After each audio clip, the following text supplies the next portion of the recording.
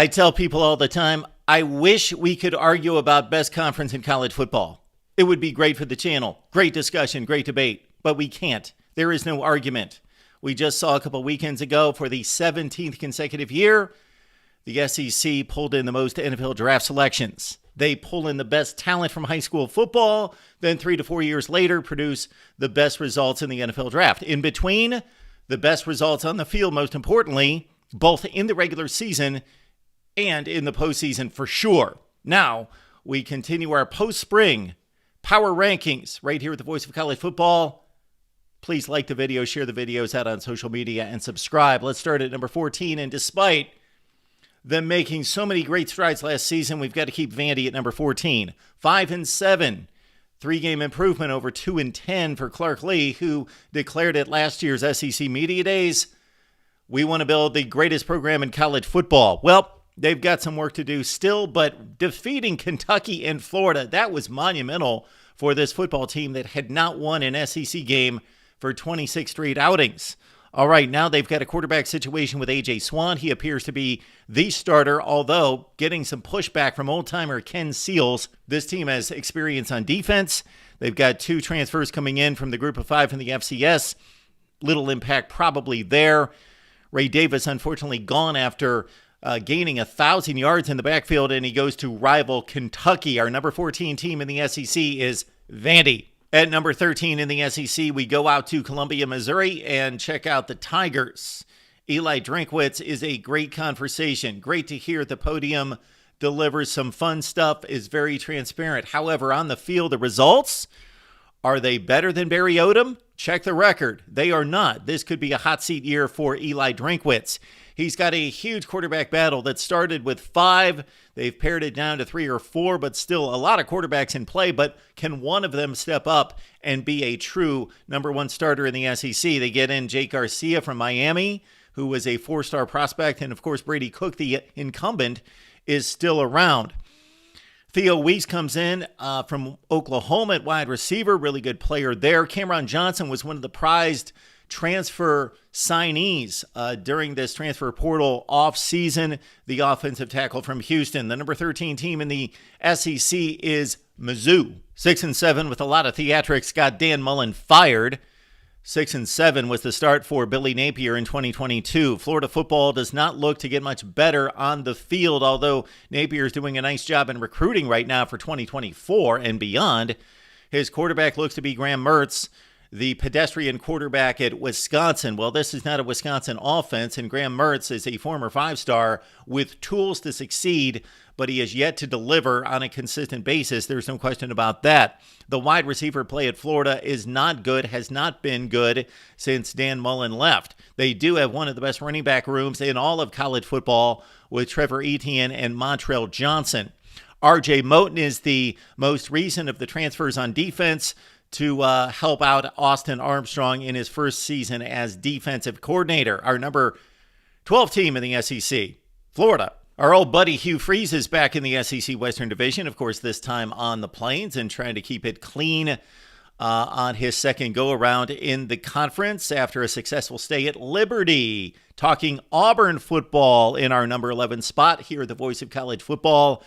And, of course, the quarterback situation in play clarified much here in the last few days with Peyton Thorne coming in from Michigan State, where he was a 2-year starter, led the Spartans to a top 10 finish in 2021, 11 wins, and a Peach Bowl victory. He's going to hold off Robbie Ashford. You would think Ashford, the runner, needs to find some polish for his passing game. 15 transfers in, and this is a common theme across college football. Yes, everybody is getting in transfers, but especially first-year head coaches who are taking over bad football teams. Auburn, not necessarily a bad football team by other conference standards, but this is the SEC. They get some reinforcements on defense. Austin Key's a really good player at Ole Miss. Same thing with Justin Rogers at Kentucky, who has yet, though, to fulfill his 5-star ranking out of high school.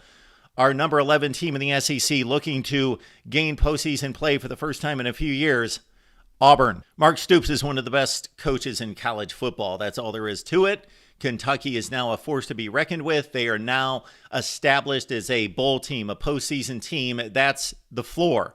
They didn't have a very good season last year at 7-6, so this is how far Kentucky's come. A 7-6 season is not good.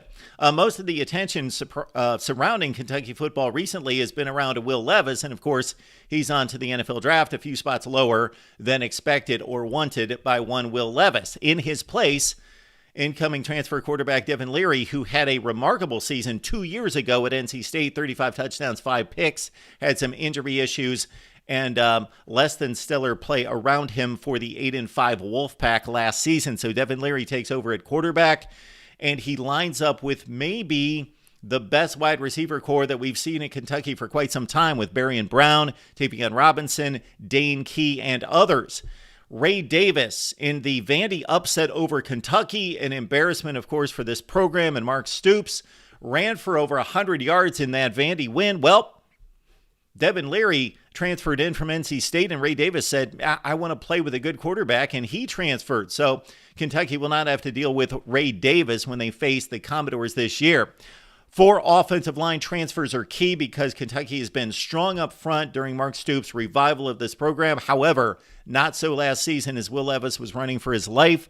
And those offensive line transfers, you would have to think they are definitely high on talent coming in from Bama, USC, and Ohio State. Our number 10 team in the SEC, the Cats of Kentucky. Most disappointing team in college football in 2022. Michigan State's up there, Miami as well. Both of those teams finished 5-7, but this team finished 5-7 with tons of resources. Of course, we're talking about Texas A&M and Jimbo Fisher.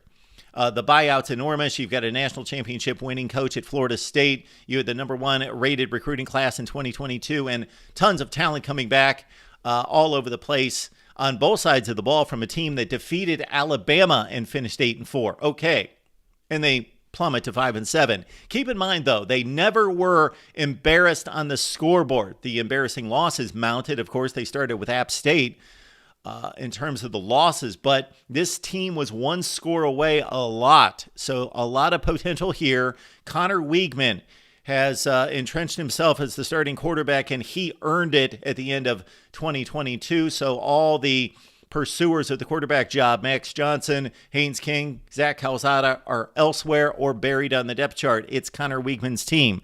And he's going to be working under, of course, new offensive coordinator Bobby Petrino. Jimbo, Bobby Petrino, interesting match there. Hopefully they can make it work. Tony Grimes in from North Carolina at cornerback is a good reinforcement on defense, as well as, how about that 5-star David Hicks? He may make an instant impact along that defensive front. Our number 9 team in the SEC is A&M. Everybody seems to love Sam Pittman, and why not? He's a good football coach, done a great job thus far at Arkansas, seems to be a really good guy. And to elevate as an offensive line coach at Georgia and do the job that he's doing in the SEC West, thumbs up to Sam Pittman. But facing some adversity and some question marks for the first time in Fayetteville. Took over a program that was awful under Chad Morris. I still can't believe that a coach who succeeded at SMU comes in with Arkansas-type talent, mid-tier SEC program, losing to the likes of Colorado State, North Texas, Western Kentucky, and others. Just awful, awful. So Sam Pittman has elevated the program 9-4 2 seasons ago with a bowl win against Penn State, but they didn't take the next step. They regressed last year, 6-6 in the regular season. Do have KJ Jefferson back at quarterback. That, of course, is huge. They do lose tight end Trey Knox and their safety Jalen Catalon, who was one of the best in the SEC and a real leader back there who got everybody else set up straight in the secondary. But they pick up a big 5-star in cornerback Jaheim Singletary from Georgia. Arkansas coming off 7-6, our number 8 team in the SEC. Our post-spring power rankings continue right here at the Voice of College Football. Please like the video, share the videos out on social media, and subscribe. Mississippi State at number 7. Again, rest in peace, Mike Leach, one of the great ones in college football for his unique style of play, his ingenuity, and of course, his candor, transparency, and his great sense of humor. You will be missed. Zach Arnett, of course, replaces him, defensive-minded. He was the DC at Mississippi State. His defense has performed well, not great. Will Rogers at quarterback. It's remarkable what he's done, and of course, he thrived under the Mike Leach system. Now, we expect more balance in the run-pass ratio for Mississippi State offensively, but Will Rogers, if you check out the numbers, if he just turns in a decent season, stays healthy, he's going to be one of the all-time passing leaders in the history of college football. Attempts, completions, yardage, touchdowns, the whole deal. He does lose Dylan Johnson in about 400 yards and 50 receptions out of the backfield. Their recruiting class was number 35 in the nation, and this is a development program as development programs go in the SEC. So Zach Arnett on the spot at Mississippi State. We've got the Dogs at number 7. Hey, let's stay with the Egg Bowl theme and go to Oxford, Mississippi for our next team in our rankings. Number 6, Ole Miss. They took a crash at the end of last season. Don't like how the way Lane Kiffin managed the football team. They just crashed and burned after a 7-0 start. 8-1 start. They had a double-digit lead in Death Valley, blew that, got blown out by LSU by 25 points, had one strong outing against Bama. That was their first loss or second loss of the season against Bama. Took Bama to the wire. So strong outing there. Then they just fell apart down the stretch and again got blown out in the bowl game by Texas Tech. So we need a rebound from the Rebels under Lane Kiffin.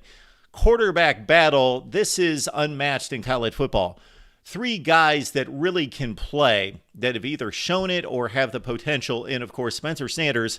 And he was a turnover machine at times at Oklahoma State, but amassed almost 10,000 yards passing, like 95 touchdowns. I don't have the numbers right in front of me, but I've spit them out a number of times, and they're in that range.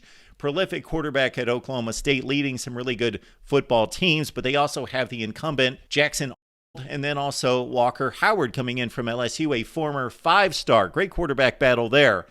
When they're not throwing the ball downfield, what's really not publicized about Lane Kiffin's offense, they can run the ball and they want to power run it down your throat. They have led the SEC in rushing there at Ole Miss, and Quinshon Judkins is one of the best. He broke out as a star, as a 3-star coming into college football, one of the best in the SEC. They picked up Trey Harris, who caught 65 passes and 10 touchdowns from Louisiana Tech. Also a linebacker in Monty Montgomery, who had 70 tackles, 8 sacks at Louisville. So a top 10 transfer ranking for Ole Miss is going to help this football team in a top 25 recruiting class. At number 6 in the SEC, the Rebels. We go to our top 5 in the SEC, our post-spring power rankings. And what is this? South Carolina in the top 5? Yeah, believe it. Spencer Rattler coming off not a good season, actually. Good down the stretch. The last 3 outings, of course, we saw the miracle against Tennessee, 63 points on the board. They finally beat Clemson, beat them in Death Valley, and then, of course, the bowl game, a highly entertaining game that they put up 38 points on Notre Dame before losing that game. So Spencer Rattler has to be more consistent. If he's not going to be consistent in college football, it's never going to happen for him. Trey Knox comes in from Arkansas to replace, in a sense, Jaheim Bell. Who's going to replace Marshawn Lloyd, though? Big loss out to USC. Juju Wells is one of the emerging stars in college football. The recruiting's on the rise. Of course, that's going to impact 2024. But, of course, great vibe and environment around this Shane Beamer-led program. South Carolina coming off 8-5, our number 5 team in the SEC. Josh Heupel's second team in Knoxville elevated from 7-5 regular season to 10-2. And we're clearly one of the top 5 or 6 teams in college football. All right, Hendon Hooker's gone, and his remarkable touchdown to interception ratio. However, Joe Milton, and a lot of Joe Milton detractors out there, he did not play well at Michigan, lost the starting quarterback job, comes to Tennessee, buried on the depth chart, but now it looks like it's his team. And talk about a TD to pick ratio. I know a lot of this was garbage time, but not the bowl game against Clemson. 10-0 for Joe Milton last season. No pick, so good for him. He does lose Jalen Hyatt and Cedric Tillman, 2 of the best wide receivers in college football. Dante Thornton comes in from Oregon to try to help replace some of that. 17 catches for the Ducks last year. Brew McCoy, look out for him. He is an emerging star in college football. He's remarkable. The former 5-star is finally found a home at Tennessee. The Vols, of course, have to bulk up on the defensive side of the ball. The recruiting has gotten much better, will not impact 2023, so I have to find some defensive answers for Tennessee to continue this upward march. But there are number 4 team in the SEC. It is Tennessee. All the snickering and outright laughing, butt-gusting laughing concerning Brian Kelly and his shtick when he came to Baton Rouge was silenced when Brian Kelly defeated Alabama and others en route to an SEC Western Division championship. They won a bowl game as well, finished 10-4. Good start for Brian Kelly, who wants to play against the best and beat the best. And shoot, he's in the SEC Western Division, so he's got that opportunity. And again, he made it to the title game this past season. All right, defending champs out of that division with Jaden Daniels back at quarterback. He needs to be more consistent. He really turned it on down the stretch. This team, of course, has a big opener against Florida State, so that's going to show whether LSU is going to be a national contender, you would think. But the roster is still not where LSU and Brian Kelly wants it. Therefore, 12 transfers come in. You've got guys like Omar Spades coming in from Oregon State, where he produced over 300 tackles for the Beavers. Experienced, talented player, knows what he's doing, great fundamentals, and a leader on the team. Obi Okufo. Yes, get to know that name, from Texas. He racked up over 125 stops for the Longhorns. Yes, Jordan Jefferson comes in as a defensive lineman from West Virginia. He had a really nice season with the Mountaineers with almost 10 tackles for loss. Denver Harris, not a big producer at Texas A&M in the secondary, but a former 5-star nice addition for LSU. All right, the number 3 team in the SEC, yes, LSU. You knew all along how the top 2 was going to play out in the SEC. This is what it's been for the last, 3 or 4 years. Bama, Georgia. Well, shoot, it's Georgia, number 1, not just in the SEC, but in all of college football right now until proven otherwise. Bama's got an issue at quarterback. Tyler Buchner comes in from Notre Dame. Really nice player, really good quarterback, but he's not in line with Tua, Matt Jones, Bryce Young. He's just not that guy. But he is back in play with Tommy Rees, of course, the new offensive coordinator from Notre Dame. So Notre Dame South, it looks like he's the starting quarterback, although Jalen Milroe is in play along with Ty Simpson. Now, Ty Simpson's the better thrower. Jalen Milroe, of course, showed off his legs against Texas A&M and Arkansas, but he is going to have to throw the ball much better to improve. And you got to think that these quarterbacks did not show Nick Saban what he wanted to see in winter workouts or in spring practice for them to bring in Tyler Buchner. Justice Haynes and Caden Proctor are 2 of the elite 5-stars at running back and offensive tackle that may be an instant impact for this Alabama football team that, of course, had the number 1 rated recruiting class in all of college football in 2023. Our number 2 team in the SEC might be the 2 team in all of college football, Bama. All right, they are number 1. They are consensus number 1 until proven otherwise. If I saw huge attrition on this team, then I may knock them down the list despite the back-to-back national championships. But you know what? They did have huge attrition a year ago through the NFL draft. For a second consecutive year, the most losses in the NFL draft, Georgia. They set a record for losses to the NFL draft for 2 consecutive years. But still, the reinforcements are phenomenal. Of course, it starts at quarterback. There is no longer Stetson Bennett for people to pick on and say that somebody needs to replace him, and then he just wins national championships. We've got Carson Beck, who's most likely going to be the starter. He showed that at the spring game. I don't think that was a one-off. I think that was a reflection of where the quarterbacks stand right now. So Carson Beck finally gets his shot. He's been very patient and has stayed in Athens, and he's teamed up with, of course, new offensive coordinator, but very, very close to the program for years and years and years, Mike Bobo. 2 new weapons on offense. Of course, Dominic Levet kept a secret at Mizzou because not a whole lot of people watch those games on a national basis, but he's one of the best wide receivers in the SEC. So he comes in, as well as Ra Thomas from Mississippi State, who was one of the top 5 in touchdown receptions in the conference. Georgia's loaded. They are ready to make another run here for a 3-peat. Just a 2-peat in the SEC. Of course, Bama won it 2 years ago. Our number 1 team in the SEC is Georgia. We appreciate you being here at the Voice of College Football. Leave your comments down below. Where did we miss it? And again, this is not a prediction for the 2023 season. This is a review and analysis of where these teams stand post-spring practice, looking at the transfer portal, recruiting classes, and news and notes out of spring practice. We have lined you up to take you into the summer, and then, of course, we'll have our predictions for the SEC and the entire college football season in August, right here at the Voice of College Football.